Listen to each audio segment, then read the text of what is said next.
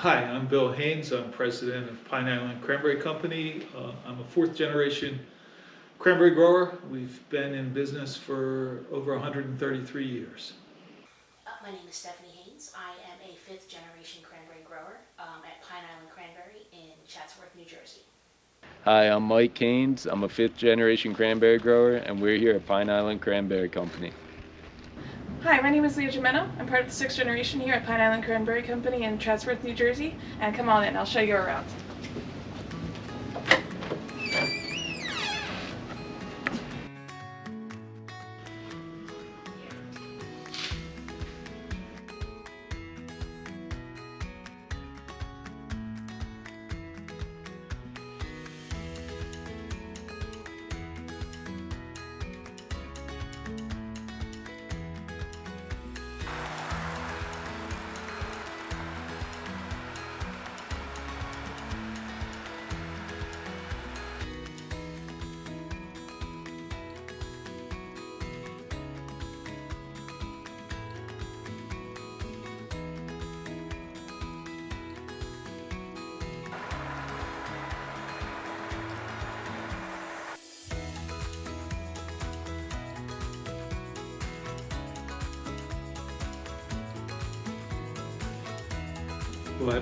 Well, I love growing up here.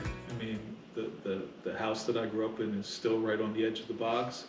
Um, and it was a great place to grow up. I mean, we could go out on our bikes and ride for literally hours around the dams and around the bogs and walk and hike, and um, it was great growing up here. And you never had to worry about finding a summer job. There was always plenty of work to do. We were in the blueberry business then, so I spent a lot of time in the packing house loading trucks, and I always liked the work. I wanted to be like my dad. My dad worked really hard all the time, and that's what I wanted to do. But we had fun too. At the end of the day, we could go swimming over at Lake Oswego. Uh, we could go canoeing. I mean, I've had a canoe since I was 12 years old, and love the local streams doing that. Just loved the area, loved the work, loved growing up here. We were away from. I mean, this is to be in New Jersey is kind of as far away as you can be from a lot of things. So it took to go to high school. I was on the bus for about an hour. Um, went to school in Oakrest High School in Mays Landing. Um, so that was difficult, and if you played sports, the activity run dropped us off 12 miles from home. So I had a mother that was very willing to give up her time and make sure she was there waiting when I got off the bus. Um, Interestingly, if my dad had stuff to do and I knew my mom couldn't pick me up, I knew I was going to walk part of the way home because he wasn't going to leave the farm till he was done what he was doing. Um, but there was no, other than maybe being distant from school and from activities, there was no downside to being here. It was fun. We were uh, the local. We didn't have the kids that I grew up with that were around here. We didn't have enough to make a full. If we played sports, we didn't have enough to make a full team, so we made our own rules to play by. Um, yeah, there was nothing, unless you count the distance, which if you grew up here, you didn't even think about that. Everything was a half hour from here or an hour from here, so you didn't think about that. It was good. It was good. Growing up, cranberry season didn't make too much of a difference. I knew that's what we did, but I was in school. We were never pulled out of school to do the harvest. When we had blueberries, it was all hands on deck. That was the summertime. And we grew up working in that packing house with everybody. All the kids had jobs at the time.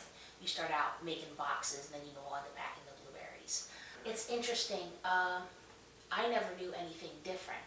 Like I grew up here, raised right down the road till I was 11 years old, and I would hear all the jokes about New Jersey and the turnpike, and I didn't understand. I grew up in the middle of this. This is the Garden State.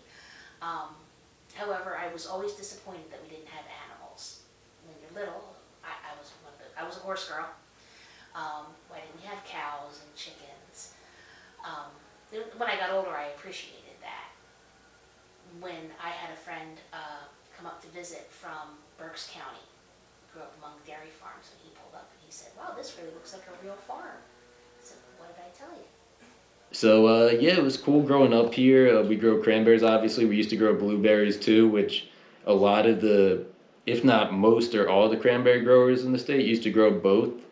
Now it's pretty much like you grow one or the other. But my point is, when I was a kid, blueberries are picked in the summer when we're off. Cranberries are, they're grown in the summer, but they're harvested in the fall when we're back at school.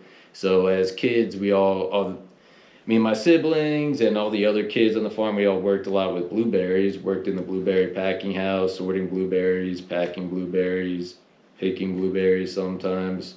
It was a big thing we did as kids. We worked in the cranberry bogs, stuff like, pulling weeds, cleaning ditches, driving trucks to haul, yeah, I don't know, ditch banks and sand to different parts of the farm. It's pretty cool. Like, I mean, the Pine Barrens are beautiful. I love living here. I still work here, but now I live a half hour away in Medford, kind of on the periphery of the Pine Barrens. But I grew up here, and it's just a really unique, beautiful place. My great-grandfather, Martin L. Haines, actually started here in 1890. He grew up in a town called Vincenttown on the edge of the Pinelands. He grew up on a farm. He fought in the Civil War.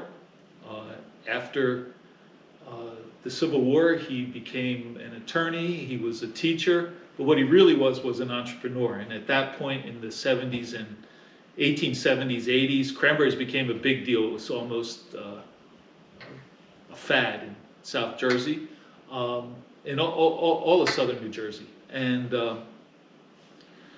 so he started a farm. He bought a farm, a cranberry operation in Tabernacle, New Jersey, not too far from here. And then he came here and he started here. He first he had a partner.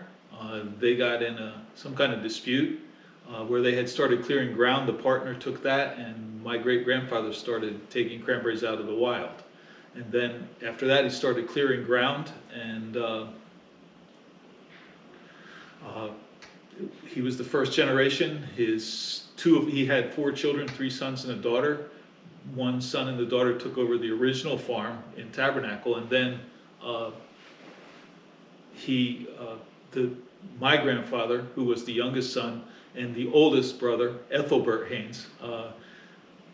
Apparently, my great-grandfather had a thing for names because his oldest son was Ethelbert Haines, after a Saxon king, and my grandfather was Ralph Waldo Emerson Haines. So I know from my grandmother that my great-grandfather was a reader. So, but at any rate, he died in 1905, and then would be my great uncle and my grandfather started here. My grandfather was actually an attorney, and he was the one that sort of was the business end of it. But my great uncle, Uncle Bert, was the boss, and he was the one that really started expanding the operation. Then my dad was the operator. He was partners with his dad, and he started here in, I think, around 1940. And he's the one that really, he pushed hard to grow the business, to instill new practices at the time, and really grew the business. I came into the business right out of college in 1975, and then we created the company Pine Island to manage it in 1988. So and I partnered with my dad, but I was pretty much running the operation from about 1988 on. I mean, I toyed with other ideas. My grandfather thought I should go to law school. Even if I didn't want to be a lawyer, it would help me think, learn how to think. And of course, I like sports, so I always had fantasies about playing some professional sport. But seriously, though, I never thought about doing anything else. I grew up here. I worked with my dad. I loved working with my dad. And it was pretty much what I wanted to do for as long as I could remember. Yeah, I have 6 children in all. They've all been involved in the business during their high school years, one way or the other. Um, but my oldest daughter, Stefanie, is running the office and is heavily involved in everything going on in the business. Um, and my youngest son, Michael, is making all the growing decisions now. Everything else we do, whether it's managing the business, financing, all of that, the most important thing we do is grow the cranberries. If we don't grow the cranberries, nothing else matters. And so he has a really important job, and will eventually run the business. When I was growing up here, right in my early teens, it was probably around 400 or 500 acres. And it's just grown steadily ever since, to now we have 1,640 acres of cranberries. In this location, that's pretty much as many acres as we're going to have, because I think that that's what our water supply we can manage our water supply properly to do that. If we build any more, we wouldn't have the supply, we wouldn't be able to manage the water supply. I mentioned my grandfather and the farm he started. It would be my second cousins, that stayed in another branch of the family, and my second cousins weren't interested in farming it anymore, and so we bought that back. So we actually own 2 farms in Tabernacle now, which is about 13 miles from here. But no, I don't see us ever leaving New Jersey. And it's been a tradition in the cranberry industry that we share equipment and ideas. We have the American Cranberry Growers Association, which I guess was originally more than New Jersey, but it is the New Jersey Cranberry Growers Association. We meet twice a year, and the New Jersey Blueberry Cranberry Council, which supplies input and some money to the Rutgers Cranberry Blueberry Research Center. So we're always sharing ideas and loaning equipment if we have to, and yeah, there's not many of us, and we're all pretty close. We're here, which is the best place to grow cranberries in New Jersey, in the heart of the Pinelands, because of 2 things. We have sandy, acidic soil, which is perfect for growing cranberries, and more important than that, we have access to a clean supply of water, a large supply of water. We've put together this property over the years, always buying water upstream to protect the watershed, because we wanted to have control of the water that was coming to our bogs and make sure that nobody did anything to the water that was going to affect our bogs. So we've been all about the land since we were founded in 1890.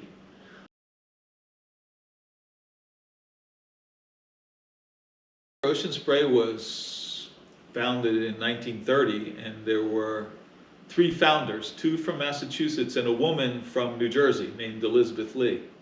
And it's a cooperative, it's totally owned by cranberry growers. Now it includes growers from New Jersey, Massachusetts, Wisconsin, Washington State, Oregon, British Columbia and Quebec, as well as Chile in South America. And we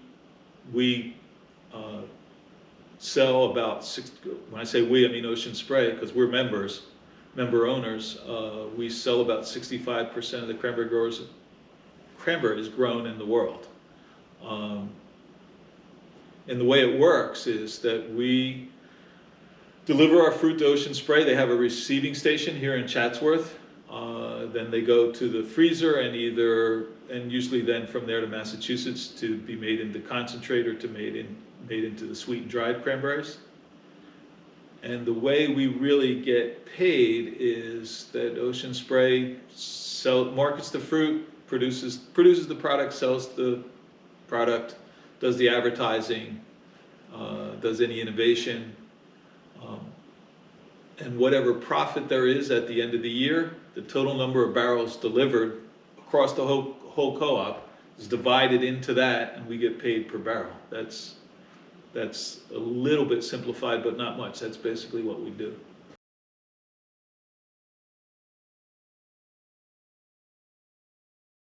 Worked here every summer as a kid.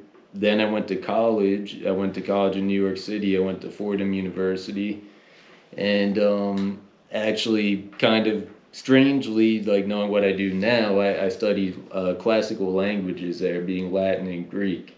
While I studied them, I went to Catholic high school and they made you take Latin. I never really would have taken it on my own, but I got pretty interested in it and just enjoyed it. So that's why I ended up studying at Fordham. You know, maybe would do a career down that path, teaching, something like that. But I graduated, wasn't really sure what to do next. I came back home. I started working around here. That was in 2011 I graduated. And then, you know, wasn't really sure what I would do. Talked to my dad, gave it a shot here, starting in 2014 full time. Gave it a couple years to see how I liked it. And then, you know, sure enough, next month it'll be 10 years I've worked here full time. But I guess my main focus, because we're a really big farm, like I'm sure my dad and Stefanie said, like we're definitely the biggest farm in New Jersey. We're like about 1,600 acres of cranberries and about 10 times that amount of land. So my point being, it being a large operation, there's a lot of different jobs and aspects of the operation to be overseen. So we kind of have that work divvied up. And what I kind of manage is the crop management aspect of the operation, which means overseeing everything about growing the fruit, which begins every year in April when we take the water off. I mean, you guys saw right now we're putting the water on for the winter. So once we take the water off in April, I'm overseeing everything and I'm not necessarily doing these jobs, all of these jobs, because I don't want to give that impression, because there's a lot of really good guys we have here that are managing aspects of things, and I'm overseeing as well. But it's stuff like frost management in the spring, which is running the pumps at night to protect the cranberry plants from when it gets too cold. That can actually burn your new growth and flowers, which would, I mean, if your whole farm got frosted, you have no fruit in October. So that's a super important job. So that kind of starts in April, May. We're a conventional farm. We put on pesticide, and you know, we do everything to the law and to the label. So and we always try to put on we always try to minimize what we put on. We put on what we need to you know, continue to be a like economically viable and successful farm. But we do IPM, like scout, which is integrated pest management, which is scouting to see what sort of insects you have, weeds, disease, and you only apply pesticide as needed. So anyway, not to get off track. So I said frost protection, April, May, start to put on some pre-emergent herbicide, which is where we have weed problems. That's an herbicide you irrigate on to stop the weeds from coming up. As we enter June, that's when I get really insane, really busy. That's when we enter cranberry bloom, which is a super important time. And it's like, if you're driving past the bogs, then you'll see these little white flowers in the bog. From the road, you probably couldn't really see them. They're really small, but you'll just kind of see, you know, a carpet of white through the bogs. And that's a super important time. Like, people are most familiar with harvest, probably, who aren't in the business, which happens in October, and that's super important as well and very scenic. But bloom is one of our most important times, because that's when you're setting all the fruit for the crop, which entails putting on fertilizer to make sure the plants have the nutrients needed to actually set the fruit. We rent like 2,500 colonies of honeybees, which we need to pollinate those flowers at the time. Again, the fruit wouldn't set without that as well. So you need the nutrients, you need the bees. We have a lot of native pollinators, bumblebees, but it being the Pine Barrens, it's not like there's a ton of blooming plants out in the woods to sustain huge native pollinator populations. There is a good amount out there, but we definitely need to rent honeybees. They bring them in early June at the beginning of bloom, and those bees are here probably July 10th, July 15th. And then those guys have their own progression as well. Like, by that point, their bees could already have been in almond pollination out in California in February, blueberry pollination in April, I think their bloom is April, May, something like that. And then they bring the cranberries, which are in June. And so that we're bloom is important, like I said, pollination, fertilizer. We're applying fungicide as well because New Jersey is kind of the hottest, most humid state or region where they grow cranberries. Like a lot of cranberries are grown in Wisconsin, in Quebec, in Washington, in Oregon. Those are kind of, they don't have the intensely hot and humid summers that we do. So that's kind of rougher on the fruit. They can be more prone to rotting under those conditions. So we do need to put on some fungicide for protection against fruit rot during bloom because they get infected, the flowers get infected during that time. And if you haven't properly taken care of them, that can express as fruit rot later in the season as you approach harvest. So that's like an insane time. We're like applying some of that stuff we apply ourselves with like booms connected to tractors. A lot of it we put on by plane, which we contract with Downtown Aero Crop Service out of Vineland, and they actually have like spray planes and fertilizer planes where they fly on our pesticide and fertilizer. And so we work very closely with them during those months. During that whole time too, we're irrigating as needed. Like if it's dry for a couple days, we'll run the sprinklers for a couple hours in the morning because we actually want the vines and fruit to dry out. We want to get the ground to have the proper moisture, but we don't want the vines and fruit to stay wet because that can lead to disease and fruit rot as well. So that's like a common misconception. People think cranberries grow underwater or something, right? But they actually, and you see they are underwater now, they're underwater when we flood them, but during the growing season we want to keep the vines and fruit dry and keep the ground they grow in a nice even moisture. Then through August, early September, we're kind of just maintaining, meaning irrigating, occasionally running the pumps in the afternoon if it's super hot and we want to cool down the fruit so it doesn't burn or get cooked. We have people scouting for insects during this time with sweep nets, with pheromone traps. Because, anywhere you grow a lot of, whatever it is, fruit, vegetables, you're going to have insect populations build up that feed on those crops. So we have those here. So we scout those. We have a full-time person here, Vanessa, who does all that scouting. She's really good at it. But we also hire a couple college kids every year who study, like, entomology or environmental science. Like, sometimes we have kids from Stockton, Rutgers, and they help us with that. We're scouting the insects, knowing if we have any issues, and so we can spray accordingly if needed.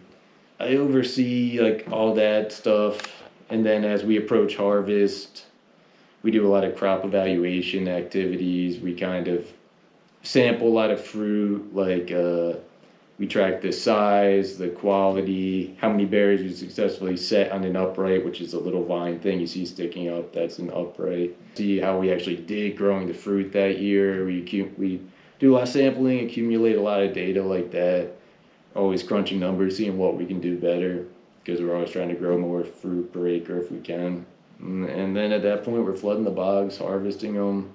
So this is a little antiquated because this is how they used to build them, and now actually we have like a black PVC pipe here, and we still have these two wooden ends, but it's not built like this anymore. This is how they built it back in the day. But anyway, it's still the same concept. You have you can't take this apart, but if this was a real thing, depending on what you want to do, if you want to flood I guess I should say these are installed in the dams, which are like you see there, like the dirt road between the bogs, right? And we installed these gates perpendicular, like in those dams, and you control the level of the water. Like water flows through here, and it's just purely through gravity. Like we're in the Mullica watershed, right? And so this water. The water that flows through here is flowing gradually to so we go to the Wading River, the Oswego River, they go into the Mullica River, into the Great Bay.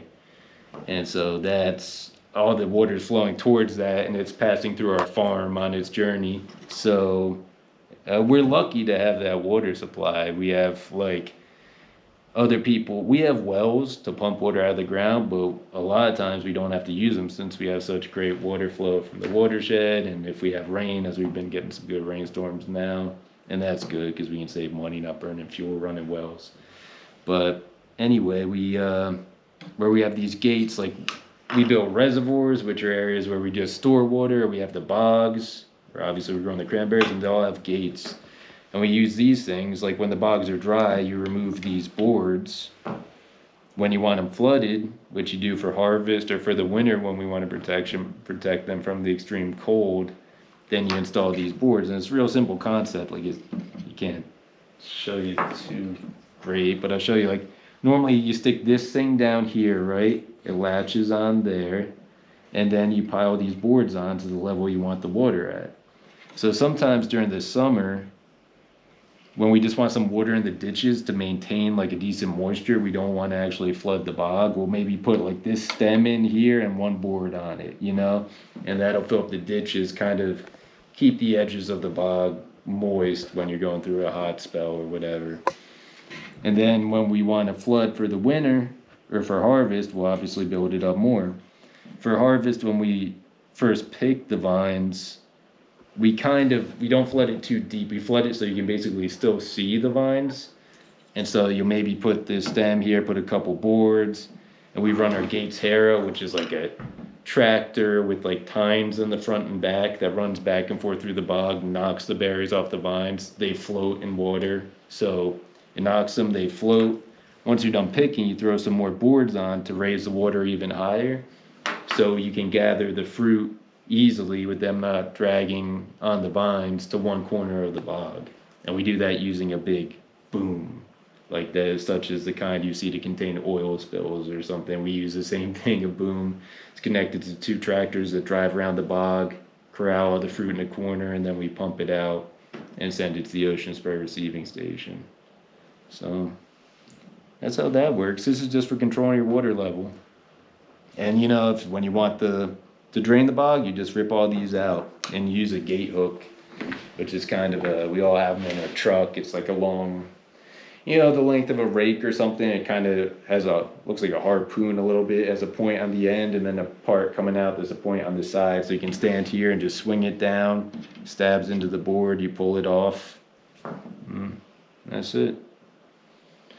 And, you know, sometimes you have an issue, a gate can go bad, one of these boards can break.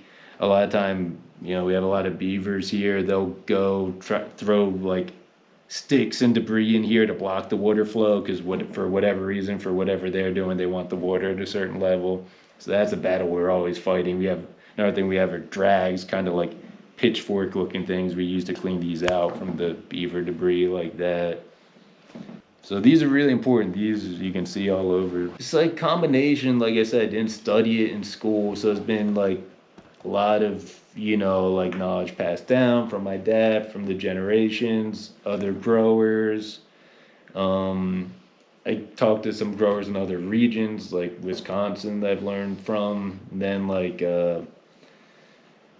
learn from, like, we work closely with scientists at Rutgers who specialize in cranberries and blueberries, learn from them. And then it's like a lot of trial and error, which is like kind of the best way to learn, you know. It's like you try something and see if it works, see if it didn't, and then the next year, you know, we're going to do the same thing every year. We're going to take the water off and try to grow the crop. So, and I'm a big, like, I keep a lot of records, a lot of data, a lot of spreadsheets, and I spend a lot of time in the winter studying all that, seeing what we did as far as water management goes, nutrition, you know, weed control, disease control, sanding. And then you know, you talk to other people, like people work here, like people in the family, other growers, and it kind of just snowballs, and you know, you build up your experience and knowledge, and that's how it goes. Because cranberries being a niche specialty crop, it's not really like there's a program or school you can go to for it, you know, because it's just something very unique, sanding like in a flooded bog, like that wouldn't be developed somewhere else. So yeah, there's a lot of stuff. We buy equipment from Wisconsin. Like I said, there are more growers there, so they make their own specialty stuff. They made a bog side cleaner, which is what we use to pump our berries out at harvest time, or the Gates harrow, which is a tractor with the tines. They made that, and we bought that from them. So they make their own specialty cranberry stuff we buy. We are members of the American Cranberry Growers Association, which is the New Jersey Growers Association. I believe it was formed by Andrew Ryder. We are working closely with other growers and with researchers because those crops are so intertwined with the ecosystem here, to make sure that we're growing everything as best as possible. I like to say that, Ocean Spray is a co-op, but cranberry growing is a co-op. Because it's so small and it's such a niche industry, we all have to work together. We'll share equipment, we are in constant communication, especially if you're, when you're bordering each other and both need that water, you have to be in communication. We do aerial application of fertilizer. We've got an airstrip here just for that. So they'll fly out of here for other crops. They'll fly out of here for other farms as well to put that fertilizer down. Growing up in a multi-generational business is something you don't really think much about. I think until you're older. When you're younger, you take it for granted. And the more I learn about what Granddad did, the more responsibility I do feel to carry on what he was doing. It's always a temptation to say, this is what's always worked, so why not keep doing it? Why take the chance? But he took a lot of chances. And he never he never kept doing something just because it was what we always did. He always said, how can I make it better?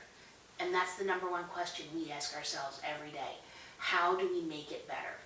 How can we grow cranberries better? How can we grow more cranberries, and how can we grow them better? How can we grow them more efficiently and more safely? That's something we have to ask ourselves every day. I work here and I love it, and so I would love to do that and always be here. So, take it one day at a time, but this is like where I'm at to stay in my career, so yeah.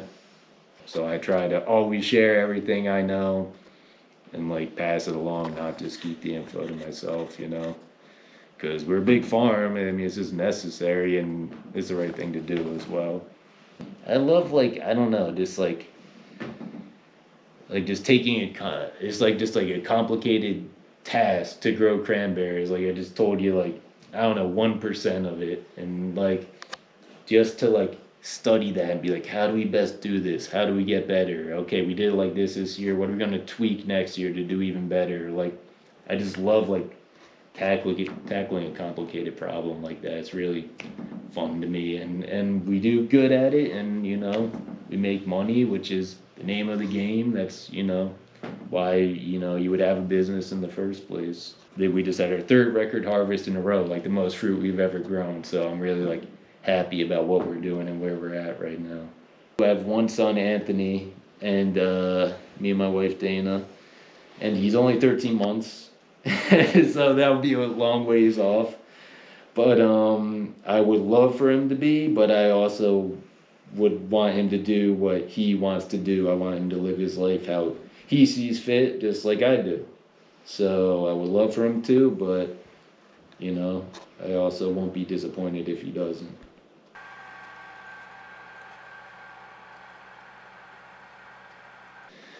So we're always growing and, looking for good help, and we have a lot of really good help that we've just sometimes it's people their dads worked here, and sometimes it's more random, someone, we put one guy worked for another farmer out in the more traditional farmland, not Pine Barrens farmland, out in the western part of the county, and he's like, hey, got a good person here looking for work, so he came and worked here. We do other stuff put ads online and stuff. Sometimes we have seasonal work from Puerto Rico, and there's people that are hey, I want to work full time. I like it here. We have some really good people who are now full time, from there. So it's I put an ad in the Sandpaper and got someone who's really good. He just saw us in there, gave us a call. So yeah, we got people from show up from all sorts of places. It's not necessarily oh, you need experience in cranberries or even farming to work here. It's we can teach you. And This is my son-in-law, who I didn't mention him. My Steph's younger sister, Beck, lives on the farm, and her husband, my son-in-law, Jeremy, does he does a lot of things. You see, he's running the tractor here, but he also, when we renovate bogs, he does the designs. He has a CAD system down in the basement that figures out our irrigation systems and all. He taught himself to do it. These two guys here is Joe Cologne and Junior Cologne. His dad came here as a seasonal worker and worked for our family for 40-some years. These guys grew up here on the farm. He's retired. Junior is still working for us. He's an excavator. Great equipment operator. Yeah, his dad worked for my dad too. He's retired. Fred, he was my main manager until he retired. He's my age. His dad, they came here as seasonal. They came up from Puerto Rico as seasonal workers, doing handwork. And if they were ambitious, my dad was all about giving people a chance, and so it became full time and great. He was the renovation manager. Like I said, these two guys were great equipment operators. Fred was my right hand before my kids were in the business. So most of the rest are locals that come from local families. Interestingly, we were looking for more people last year, and we found they're not full time, but they help us out a lot in the winter, and they're great. They're scallopers, and we put an ad in. One guy came and applied. He said, he said, we have quotas and stuff, and so, but in the wintertime we're available. And he liked it, so word of mouth, and we have 5 or 6 guys that work for us. And they're great. I mean, they're, if you do that job, you're not afraid of work. Back in the early days when we were still dry harvesting, we had, the picking was done by Italian families. And these bogs were a lot bigger back then because that was the easiest way to do it. We didn't have the equipment, it was all hand digging. So they kept it, long and wide and rectangular. And we'd have dozens upon dozens of people hand scooping. Families originally from Italy, they were Italian immigrants back at the turn of the century. And so they built this oven to bake their bread. Well, I hope that they love this place. I mean, one of the things that we've talked about was that we've growing up, we never referred to this as the farm or the business. It was always the place. I always said that my dad was only ever in 2 locations. He was either on the place or off the place. So when people wanted to talk to my dad, well, he's on the place, or if he was doing something else, he's off the place. So we just really have a sense of this is where we are, this is where we're from, this is where we live, this is where we belong. I hope they feel that. And the other thing is that, and second, that we have a responsibility for this. We have a responsibility to the previous generation for everything that they've done for us. I mean, I've worked really hard to build this, but if my dad hadn't built the foundation, I wouldn't even have had the opportunity. So I have a responsibility to him and the previous generations to make sure that I can make this better. And at the same time, I have a responsibility to the next generation. The investments we're making now, this is a long-term business. This is a generational business. If you rebuild a cranberry bog and plant it, it's 3 years before you get any production, and probably 5 years before you get the full production. And then that's going to be in production for another 30 years, maybe more. So the investments that my dad was making in the 70s and 80s, he was never going to see the real benefit of that. I did. And that's my responsibility. And I've said to my kids and to the great people that we have working here is that This place is better than when my dad ran it, and he would have been disappointed if it wasn't. And when I walk out the door, I hope I walk out the door, that it better be better the next day, or I haven't done my job.